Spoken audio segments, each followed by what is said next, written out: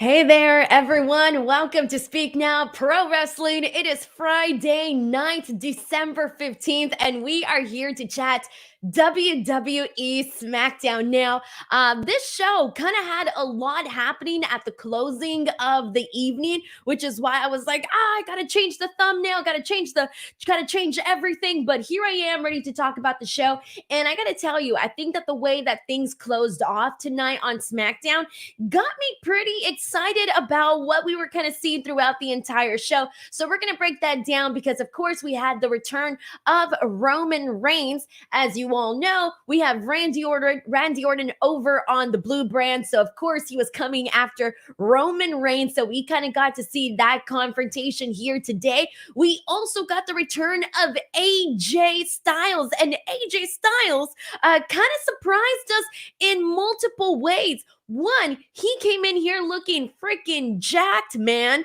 And two, he took out LA Knight of all people. So it was kind of a fun ending to SmackDown, but we're going to go ahead and break it all down here today. So let's get started. I'm going to kick things off with a couple of super chats that we got here. Our first one here is from Darth Steven, who kicks us off by saying, have not had a chance to message you, but I wanted to say thank you for the signed picture. You're very welcome. I'm so glad that you received that.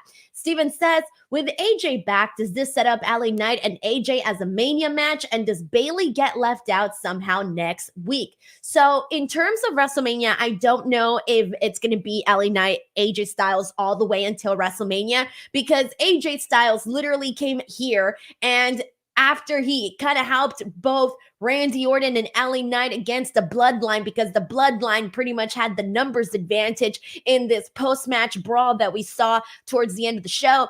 And so AJ Styles comes out, he hits a phenomenal forearm on Roman Reigns, and just when it looks like we're seeing the Bloodline versus Randy, LA Knight, and AJ, because they're kind of having this stare down, all of a sudden, AJ just like freaking takes out LA Knight. And so this closes off with AJ staring down Roman Reigns, who's also coming for Roman, and kind of getting rid of LA Knight in this picture. So it was a very fun ending. I don't think we're going to have to, I don't even think we're going to have to wait until WrestleMania. I will not be surprised if this is a Royal Rumble matchup, LA Knight and AJ Styles. But then again, it would be like, I don't know, but it feels like it might happen a little bit sooner. Who knows?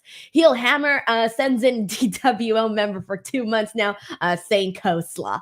All right, so let's get to this, guys. I want to kick things off, of course, with everything that went down with Roman Reigns, Randy Orton, LA Knight. We already touched on a little bit of the AJ Styles portion of it all, but we'll touch on it a little bit more because there's still some bits to get to. So this was a fun show, and it's always a good time when Roman Reigns comes out and he's part of it. He tends to add a whole other level of stardom to the show. Of course, now with Randy Orton, we do got stars on the SmackDown brand, of course. But when Roman Reigns is there, it really just adds that extra layer of like, all right, I got to make sure to pay attention, got to make sure to tune in to Friday Night SmackDown because I got to see Roman Reigns, see what the hell is going to go down. And so he comes out and kicks off the show right off the bat.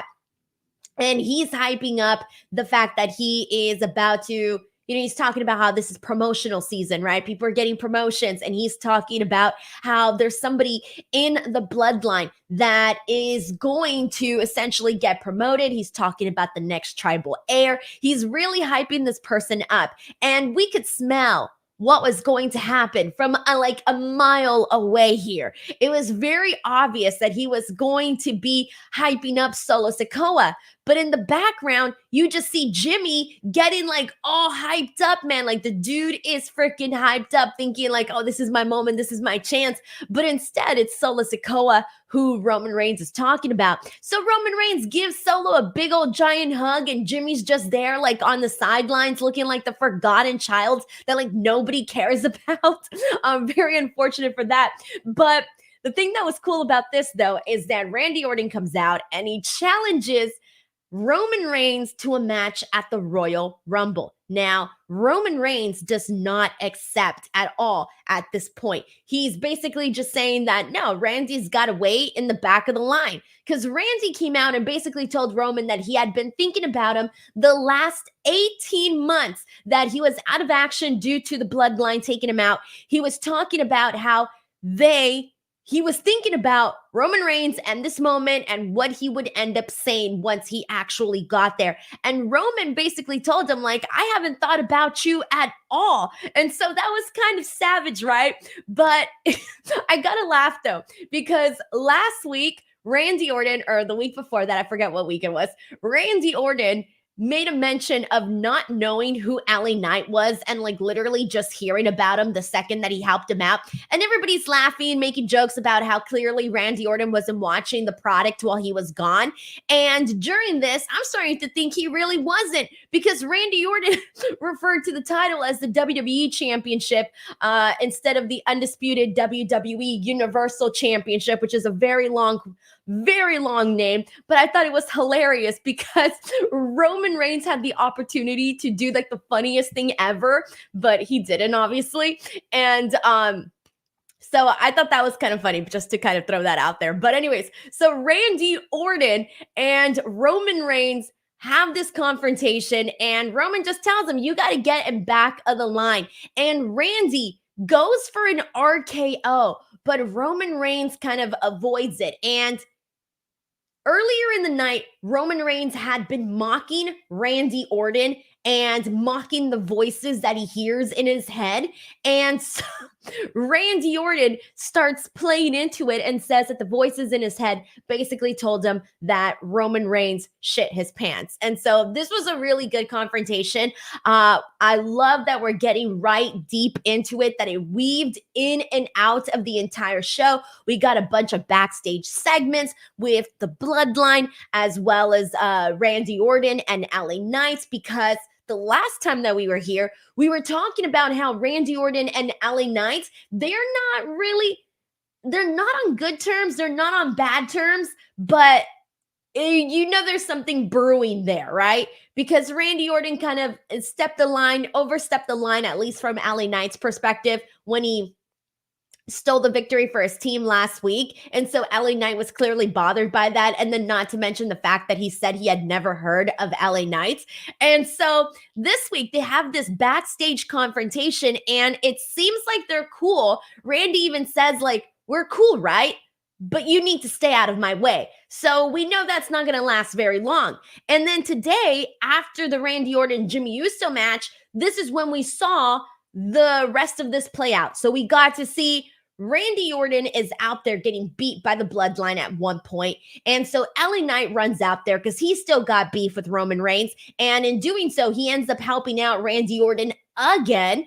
And then that is when we finally get AJ Styles, because at this point, the Bloodline is still outnumbering both LA Knight and Randy Orton. So the whole point of all of this is everybody is coming for Roman Reigns. You got LA Knight chasing his tail. You got Randy Orton chasing his tail. And you also got AJ Styles chasing his tail. So this is looking good. And given that I don't know if we're going to be seeing Roman Reigns next week, they didn't promote him, so I'm guessing we're not.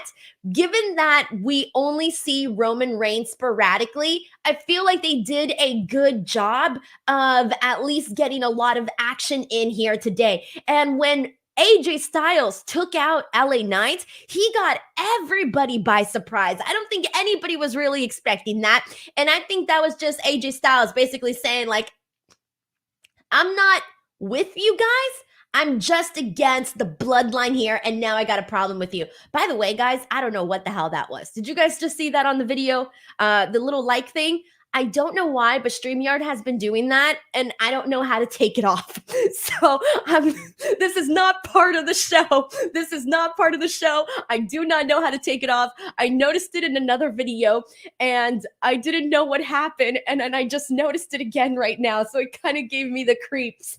There's probably like a secret ghost right now trying to get everybody to like give some likes on this video. All right, guys, let's get some super chats in here. We got some coming in, so thank you to everybody. Let's see what you guys want to talk about.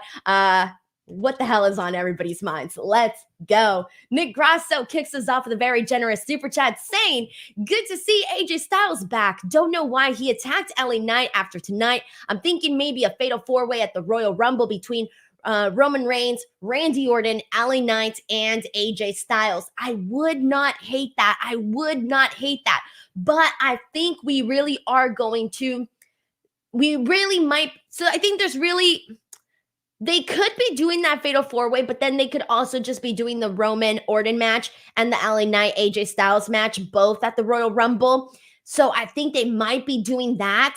But I could see them doing the fatal four-way, and it could be like a situation again where like somebody else has the match won, and then all of a sudden Roman Reigns comes in and just takes the pin, and then he leaves because Roman Reigns ain't losing, guys. Like he ain't losing at all. So this might be a situation where they could do a fatal four-way, just if they don't want to, if they want to save like the one-on-one with Randy and Orton for later, or if they want to save a one-on-one with Roman and AJ Styles for later, they can always do that too. So I don't hate this idea of doing the fatal four-way at the Royal Rumble. Of course, I'm a bigger fan of one-on-one matches, but I do think that it wouldn't hurt to do that at the Royal Rumble, like have a fatal four-way. Like I'd be okay with that.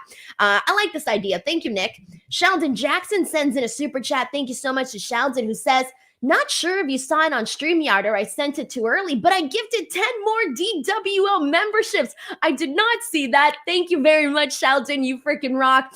And Sheldon also says, I also hope that the AJ turn means that the whole OC turns heel and starts wrecking shop on everyone. Dude, I just want the OC to actually be on TV, man. Come on now. Like, let's be real. Like, we haven't seen them since point blank. They don't do anything with them if AJ Styles is not there. And that's very unfortunate because you could have definitely done, tag team matches or whatever you could have done. You could have done something, right?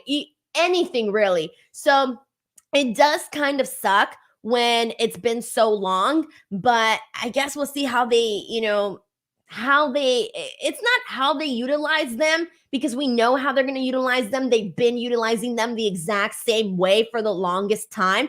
And truthfully, I'm really not expecting anything different from the OC at this point. But what can I say, man? It is what it is. AJ Styles is the star of that. That's how they see it. That's how a lot of people see it. And that's just the way it is, which sucks, obviously, for Gallows and Anderson, because like I said, they are a phenomenal tag team. And I feel like when they were gone from the WWE, they were really doing a lot. And obviously they were kicking butt in Impact. They were kicking butt in all of these places.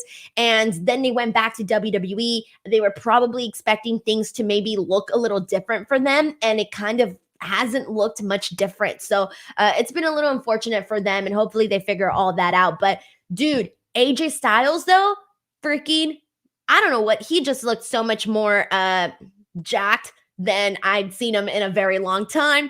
He looked very, very good. So whatever he's doing, it clearly was working. Call Me Crazy sends in a super chat saying, off topic, but Liv getting arrested for possession of weed, then her court date being in February makes it seem like she won't be back for a while or released. So guys, this one's a really complicated subject, because when it comes to, now, how do I explain this? You guys know this, when I do the shows with Reg, I don't know much about weed, guys. Like, I don't know what the hell is going on with that. I don't know what places it's legal, what places it's not legal. Like, I ain't up to date with any of that. Like, it's just not a problem that I concern myself with, right? So because of that, it's one of those things where I'm like, okay, I'm figuring out what's going on. But point blank, weed is still looked down upon a lot. And I know a lot of people are more liberal when it comes to that, but it's still looked down upon. I don't know what the repercussions for Liv Morgan are going to be on the WWE side of things.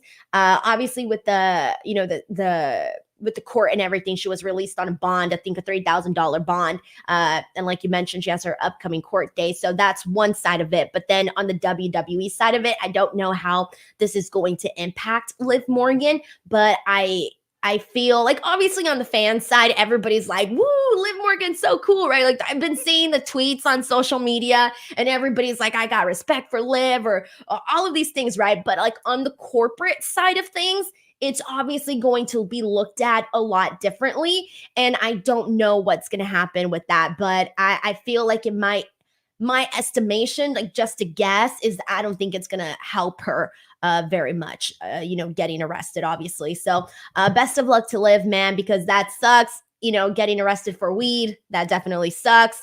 And so, yeah, I feel bad, but damn, shit. So we'll see what happens. I will say one thing, and this is probably totally out of left field, but everybody's saying it on social media because it's the first thing you see, but she looks fucking beautiful in her mugshot. I don't know how she looks so great in her mugshot. She looks great, man.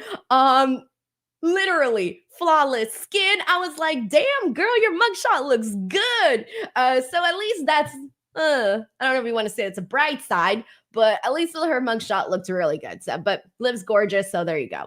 Not that difficult to accomplish of a task. But guys, I don't know what's going to happen. I don't know how this is going to impact Liv Morgan. I really do not.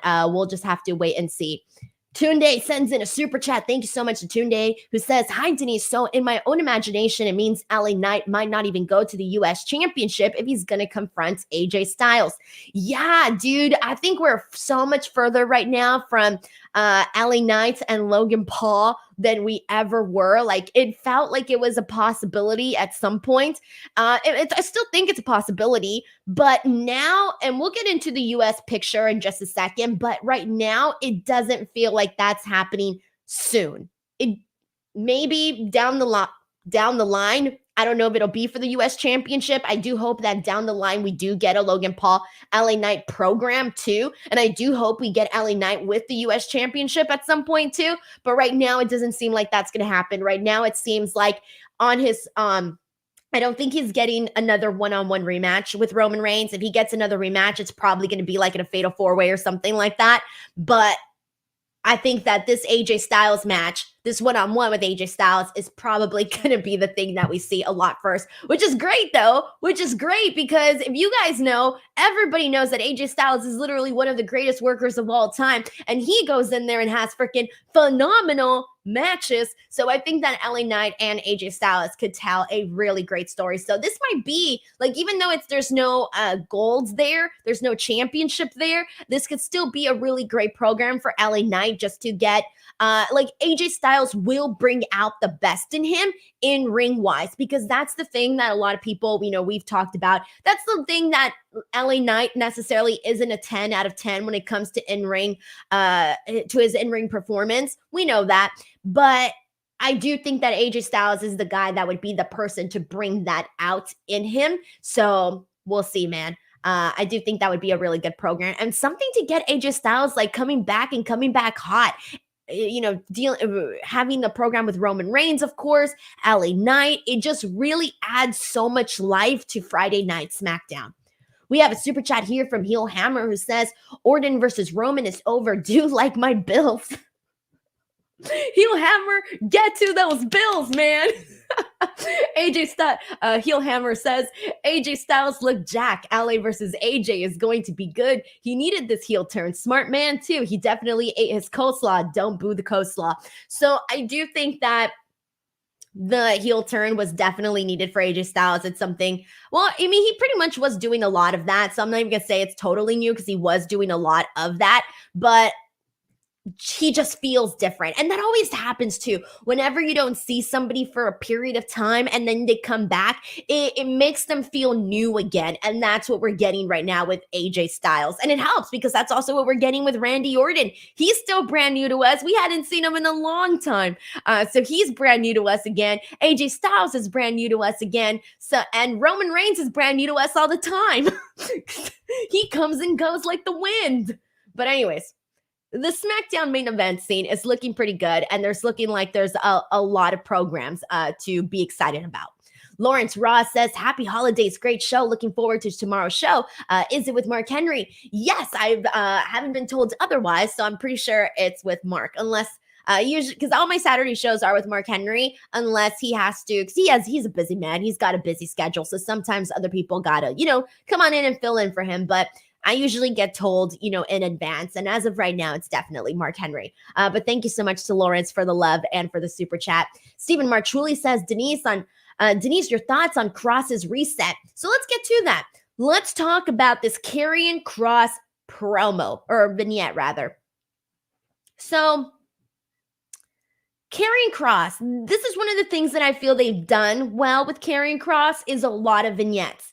It's been a while since we've gotten them, but the vignettes that they usually do for him, they're pretty good, right? He goes out there, he's talking his talk, he gets very mysterious, he does the TikTok thing. He doesn't seem like he's doing the TikTok thing. Thank God, I was kind of over that already. I was so over the TikTok. So he does this vignette, and the thing to get across here is that he basically teases this new beginning, and he says that everything is about to crumble, and can you see it? If you can, you soon will see it. That's literally what was said in this vignette, guys. I'm not making this up. But point is, we're going to get a new version of Karrion Kross. What that new version is, I'm not really too sure, because the vignette, was shot pretty much almost exactly to what we've seen before from Kross. It's always like very dark, very moody. I don't feel like it was too different, but maybe that's just a wait and see, and maybe we'll get something a little bit more different. I just don't feel like, I don't know what new version of Karrion Kross they can present. I'm looking forward to it. I really hope, because there's been so much time since we've seen him. So I do hope that during this time, a real cool new concept was thought of for Kross. But based on what we've seen in the past, I'm not feeling so hopeful about it. And I almost feel like I really shouldn't expect really anything too different. So I'm not telling people to get their hopes up, man, on this. If you're waiting to really see something drastic, something different, I don't know if you should probably feel that way. Personally, I'm just going to wait and see what happens with Karrion Kross. And someone brought up something on Twitter, and I saw whoever tweeted this at me, and one of the quote retweets when I posted the Karrion Kross thing. And someone brought something up, and I thought, damn, this is kind of true. Someone brought up Lacey Evans, and kind of saying that we're seeing a similar situation with Karrion Kross. So if you guys recall, Lacey Evans, when she was still in the WWE, she had a lot of different changes in her character. She even had a lot of roster changes too. They would change her from SmackDown to Raw to SmackDown. She was a heel. She was a babyface. She was a bunch of stuff, and nothing worked. Eventually she was, released, and, that's it. She was released.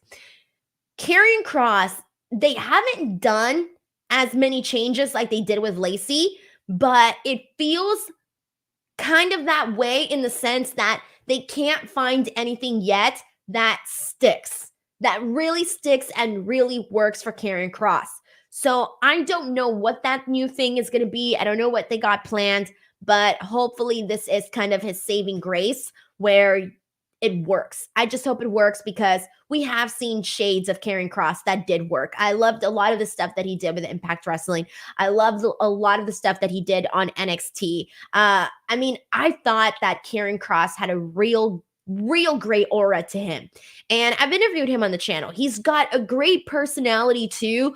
So I just think it's a matter of bringing that out on TV and for us to see it. Because if you've ever seen Karrion Kross in an interview situation, oh my God, you'd be like, damn, what is going on? What is not clicking between what you're seeing here on, in an interview setting and what you're seeing on TV? Why isn't it clicking?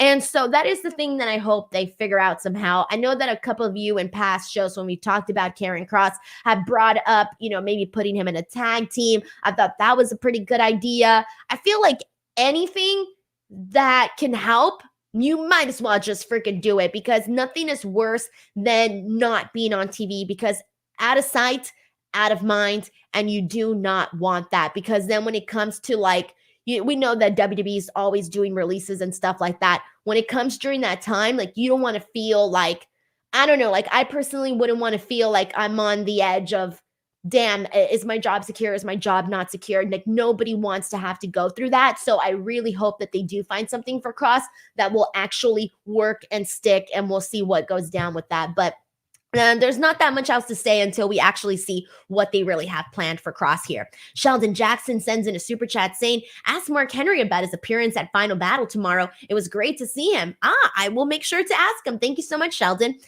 We got Mickey Saito sends in a super chat saying, is this Lone Wolf AJ back? Is this Lone Wolf AJ back in TNA? Man, dude. Okay, so you know what's funny too? Oh shit, I was about to give you guys a spoiler. Damn, never mind. Okay, so I was about to, so not a spoiler, but whatever. So Sean and I did a video. Every year we do a video of our 2024, like whatever year's coming up, we do predictions, right? For like what we predict. So one of my predictions has to do with AJ Styles. One of my predictions has to do with TNA wrestling. I'll leave it at that, and I won't say any more because I don't want to ruin my own video. It's coming out, I think on Monday, I'm dropping the video. So you'll have to wait for the prediction until then. Damn, I literally almost spoiled my own video. Miggy, thank you so much for the super chat. I appreciate you a whole lot, man. All right, so let's see what we got here. Let's get some thoughts in. There's actually quite a few coming in, so I'm going to pull out some of your guys' thoughts on the Kross thing. We got Scott George who says that Kross needs a character change. The heel thing isn't working for him. Fernando Zaya says, I don't think Kross is going to get a significant push. It depends on whether or not the new version of him actually works.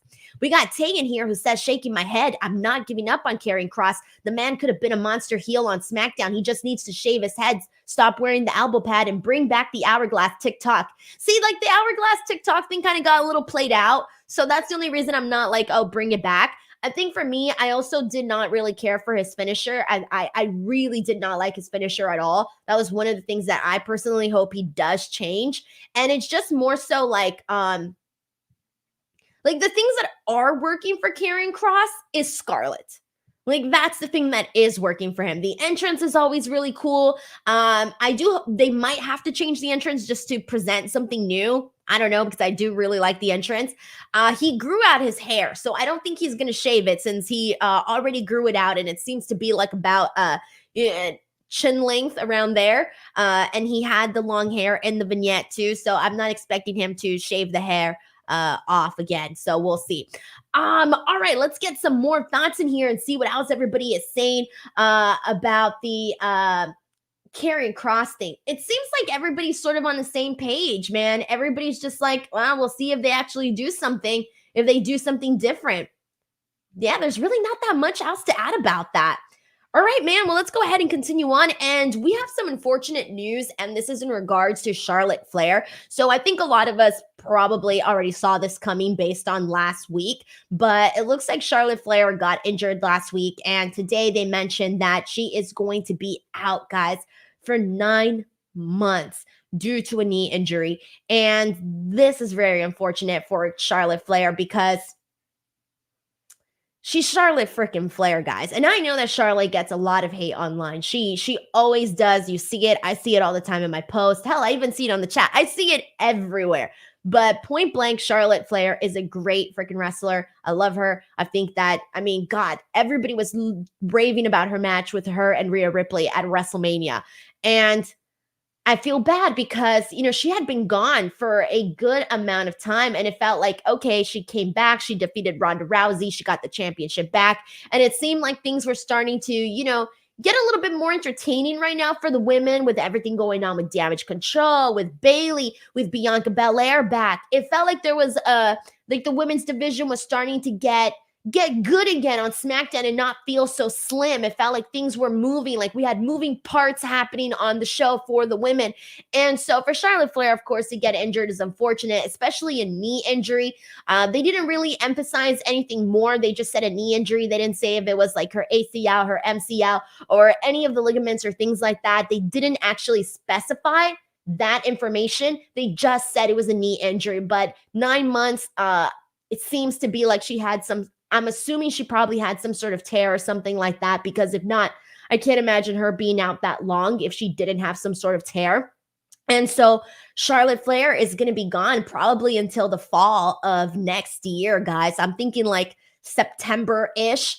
That's probably when we'll see Charlotte Flair again, which is crazy to think about, because that means she's not going to be at the Royal Rumble. She's not going to be at WrestleMania. She's not going to be at all of these overseas PLEs that WWE is doing, a Bash at Berlin, the Paris show, the Australia show, a lot of stuff that she's missing out on. And she won't be back until the end of next year, which is insane to even think about, since we're literally like barely finishing out this year. So that's definitely going to suck for Charlotte Flair, man. Sheldon Jackson sends in a super chat saying, I think Karrion Kross should follow the Finn route that he did in 2019 and return to NXT to get a refresh and reboot. So I was actually thinking about this, and I might have said it somewhere, possibly on Busted Open, but I really do think that would not be a terrible idea. If they sent Karrion Kross over to NXT, here's the pros about this. One, NXT isn't looked how do I explain this? NXT is still developmental. We all know that. But given the recent popularity in NXT, it doesn't feel like a downgrade as much anymore. Okay. Of course, you still want to be on Raw and SmackDown, because that's the place where you need to be if you want to be on WrestleMania, all of this stuff, right? But it doesn't feel, I guess, as awful if he were to go to NXT. And so for that reason, I think that might be a pro for him. And then two, we've seen a lot of people go to the main roster, go to NXT from the main roster and get a resurgence. Most recently, Baron Corbin. I know people still think Baron Corbin's boring on NXT, but there is a difference in the Baron Corbin that we've been seeing as of late. This NXT Baron Corbin versus the recent version of Baron Corbin that we were getting on Monday Night Raw is night and day different. Dijak is another one. And Apollo Crews, we haven't seen him in a while, but he did have a good amount of time on NXT where he was very, very different from anything that we were seeing him do on the main roster. He wasn't doing the accent anymore. He was going out there and just having more of a different kind of version of himself. And so everybody that has gone to the NXT from the main roster has seen at least some sort of improvement in the way that their character and their storylines are handled. So for that reason, I agree with you. And I too would like to see Karrion Kross go back to NXT. As a matter of fact, like that was the last place I was really invested in with Karrion Kross. Like remember the stuff that he was doing with Samoa Joe? Like that stuff was good, man. They were doing good stuff there on NXT with him. And then, well, we don't need to talk about, everything that happened when he came onto the Raw roster and just what they did. It was bad. But that's where we're at right now. So hopefully they figure it out. Pashal sends in a super chat. Thank you so much to Pashal, who says, hello. Why would you respond to Vince Russo's messages? You were asked by Priors and others. You dodged the question. Would you respond to him at least? I actually don't know what you're talking about, Pashal, but I appreciate you sending in the message though. And I will say this, guys, how many?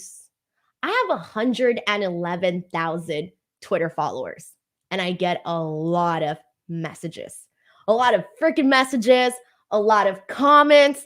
I don't get to see everything, guys. But sometimes when you send in super chats like this, it will make me actually see something. So I actually don't know what you're talking about, Pashal, but thank you so much for sending in the super chat. Hollywood Guy says, how about giving Karrion Kross a Raven gimmick? The punk rocker not giving a crud. Give him a leather jacket and a faction. Why not? You know what, Hollywood Guy? I will say this. I'm intrigued by that. I don't know if Karrion Kross is a punk rock guy. I don't know what he's into. I don't know like if that's the music he listens to, but if it is, if it feels like it's natural to him, then hell yeah, man. I wouldn't be against that. I mean, that would be kind of cool. I think everybody likes a punk rocker. I know I do. I definitely do. I'm going a different direction here, guys. I'm going a different direction here. All right. Hollywood Guy, thank you so much for the super chat. And I like your idea. You know what? At least you're thinking of things. That's the thing. At least there's ideas being thrown out here. NXT, tag teams, God, punk rock gimmick, anything to like just get something new for Karrion Kross. So we'll see. Hollywood Guy, thank you so much for the super chat. I appreciate that a whole lot. Tunde says, any thoughts about the Hall of Fame 2024? Any news? I don't know any updates on like who's going to be inducted or things like that. But the Hall of Fame for 2024, first of all, I always like that because that's like the time where we get to do like red carpets and oh, this person's getting inducted, and that's always a really nice time. So from like a media standpoint, getting to cover that for me is always personally very fun. And when was it? I think it was the Hall of Fame for in New Orleans. Yeah, the last time that they were in New Orleans. What year was that? Oh my gosh, I'm blanking on what year that was. But anyways, that was actually one of the first like WWE events that I actually got to cover, in person. And so I always kind of have like really fond memories of that. And I hope that they do something similar to what they used to do in the past, where they would bring the media on to do red carpet interviews, like right on the stage. They haven't done that in the last 2 years, but it was something that I really enjoyed doing, and I hope they bring that back. But Tunde, I'm sorry that I don't have a better answer for you, but thank you so much for sending that in. All right, so let's keep it going, guys. We got so much more to get into. We got to get into the U.S. title tournament because we had some big news coming out of that and some unexpected, because if you've been here listening to my predictions about the United States tournament, you know that I did not expect this to happen. But before we get to that, we have a message here from our sponsors. Hey, wrestling fans, do you think you have what it takes to cut a promo like the People's Champion, The Rock, or the best in the world, CM Punk, or the Doctor of Thugonomics, John Cena? Well, now is your chance. Smack Talk Showdown is the wrestling card game that you need in your life. With this game, the cards will challenge you by providing you with a gimmick, a storyline, and wildly entertaining directions to cut the promo of a lifetime. I have played Smack Talk Showdown multiple times with my friends, and we always end up laughing so freaking hard. Head on over to smacktalkshowdown.com and purchase your new favorite game. Once again, that is smacktalkshowdown.com. The link is in the description box below. And there's also a brand new Promo Wars video up on the channel if you guys want to check it out. It's always a really good time, and we show you how to play the game, and I love it. It's a real good time. I've done like at least like 7 or 8 Promo Wars videos, and anybody who watches them always has a really good time, and anybody who plays them always has a really good time. So check them out. The link is in the description box below. All right, now the U.S. tournament, guys. Let's get to it. So this is looking pretty damn good. So we had the NXT guy come in for today. So we didn't know who the NXT person was going to be until I think it was last week, somewhere around there. Early last week. Yeah, early last week. Shawn Michaels revealed on social media that that person was going to be Carmelo Hayes. Now, I was not expecting for it to be Carmelo Hayes. I know a lot of people were. I personally wasn't, because I thought, like, I don't want Carmelo Hayes to go into this tournament and lose. Like, that was kind of my defense for that. Like, I did not want to see Carmelo Hayes go out there and lose. So, whatever. That's out the door now. Carmelo Hayes versus Grayson Waller in a first round matchup here today. Now, I would say that the match, we've definitely seen a lot more from both Carmelo Hayes and Grayson Waller. They had some good moments. I thought the crowd in the beginning was a little bit like not really as invested to the match. Like they started to get a little bit more invested once the match started to kind of pick up just a little bit, maybe speed up just a bit. But there was some parts where I kind of felt like it was a little bit slow, but they played into it and we ended up getting a fine little match, especially towards the end of this.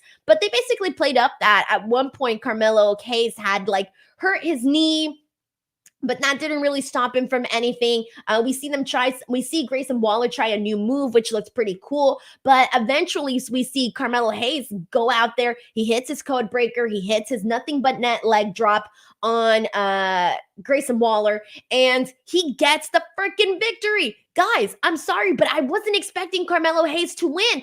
I literally said that the reason why I wasn't expecting Carmelo Hayes in this tournament was because I was expecting the NXT person to come in and lose. Like, I'll be real. I thought that whoever was going to come in from NXT was going to lose. Like, I wasn't expecting to see Grayson Waller lose so early on in this tournament, because for the most part, Grayson Waller is the featured act on SmackDown. So I wasn't expecting him to have to take an L to somebody from the NXT brand. But it worked out because Carmelo Hayes came in here, and obviously we know all of Carmelo Hayes' accolades. For those that possibly don't know, they played a vignette for the people that might not know anything about Carmelo Hayes. So I thought they did a really decent job at surprising us and having him win the match. So I was very happy to see his hand get raised at the very end of this.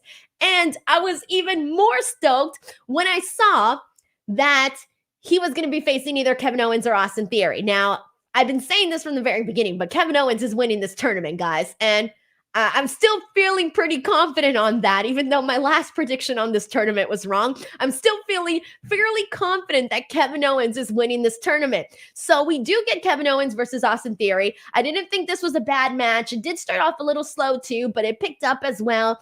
There were some good moments. I liked Austin Theory body dropping freaking Kevin Owens into the apron. I thought that was really good. I liked Kevin Owens going for the senton and then Austin Theory getting his knees up. That was cool. Eventually, we see Kevin Owens hit his cannonball. He hits a swanton bomb. He goes for the cover. You think it's it. You think it's over. It's not. Austin Theory kicks out. And then eventually, Kevin Owens gets him with punches him in the face, takes him out. It's over. We're going to get Kevin Owens versus Carmelo Hayes on next week's SmackDown, guys. Oh, I'm so freaking stoked about this, man. Kevin Owens versus Carmelo Hayes. This is going to be some really good in-ring action. I really hope that they let them go. I don't want to see what we kind of saw here today, where both of these matches had two very slow starts. And the Carmelo Hayes-Grayson Waller match, to me, because I've seen both of these guys work together in the past, it seems like a slower version of their previous work. So I don't want to see that. I want to actually see them go like full speed, because this is really Carmelo Hayes' opportunity to show himself to possibly people that haven't seen him perform before, the people that don't watch NXT. And there's a lot of people like that, which is fine, but this is their opportunity to see Carmelo Hayes and kind of discover somebody new, man. So I'm really looking forward to that, and I really hope that they let them go all the freaking way and let them do their thing. So this is a match I'm looking forward to.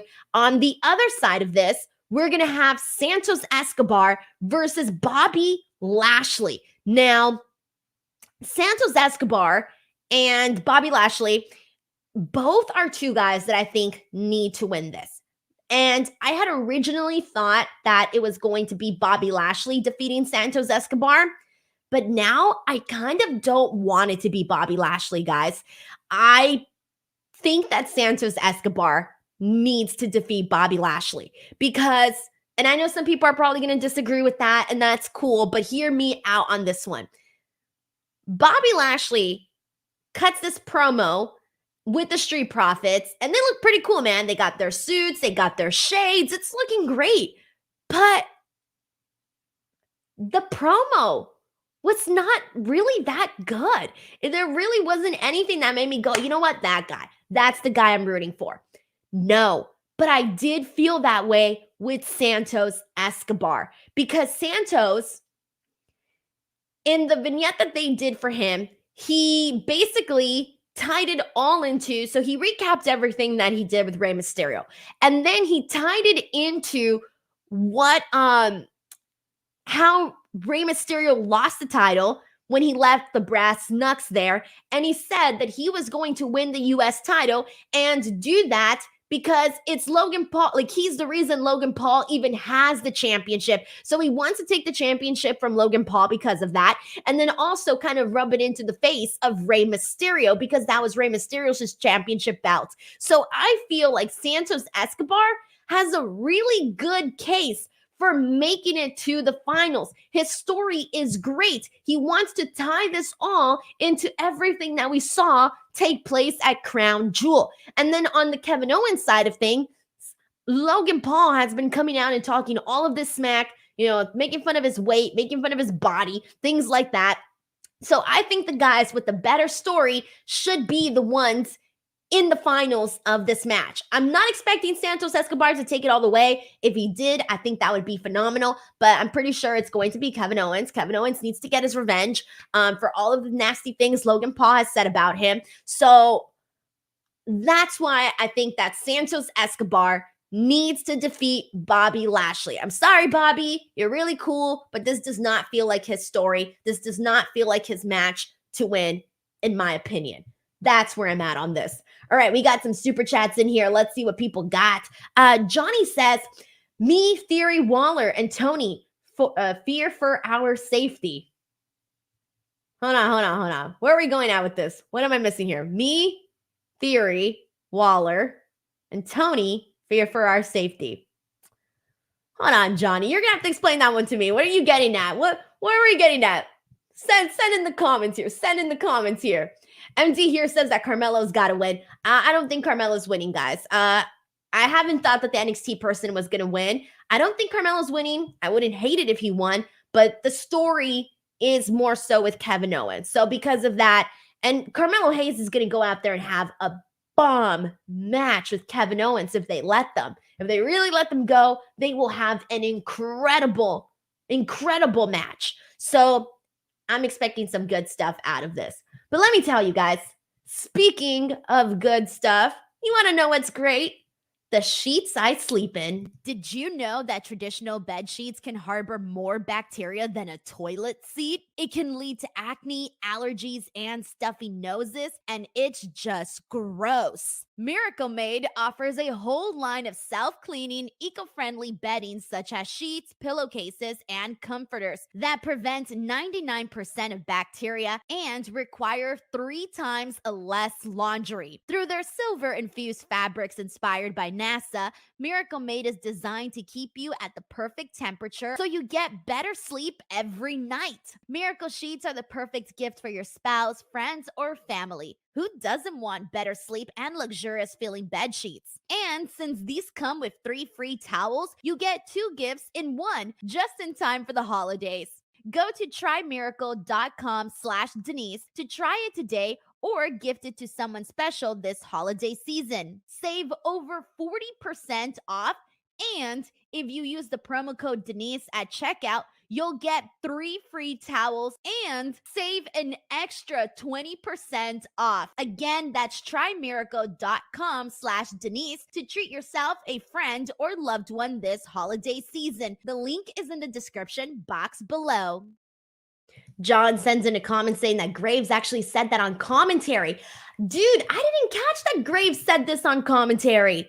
Holy shit, I missed that. Thank you so much to Johnny for sending this in, and thank you to everybody else who mentioned this, because I was like, wait a minute, what? Like, I knew it was in reference to, punching people and stuff like that, but like, I didn't know he actually said it on commentary. I must have missed that. Damn, alrighty. We got 2 more things to really get into, and then that's gonna pretty much be our a wrap for our SmackDown post show here today. But we also got Zelina Vega and Michin versus Asuka and Kairi Sane. Kairi won for her team. Pretty decent little match here. They announced a 8-woman holiday tag that's going to be taking place next week, but Bayley was also involved in this. This time she didn't screw things up. They seem to be giving Bayley a little bit of a break today with all of the mean stuff. So it kind of seems like she's sort of getting back on the good graces of Damage Control. Sort of, guys. Not too much, just a little bit. So I'm wondering what the hell is going to happen next week in that 8-woman holiday tag team match that we're going to be seeing. I hope that they're not too mean on Bayley, especially during the holidays. So by that, I think they should be mean because that's exactly what I want. I want them to be so mean to Bayley so that I can feel bad. It's exactly what I want. All right, guys, next week we're going to be seeing Dragon Lee versus Butch. That should be a freaking kick-ass match. I think next week they got some pretty good matches lined up. We already mentioned the 2 semifinals match for the U.S. Championship Tournament, and then also the 8-women holiday tag is what's been announced for WWE Smackdown. So that's what we got going down, guys. Alrighty, everybody. So we kind of went through everything already that went down for SmackDown here tonight. I will be back.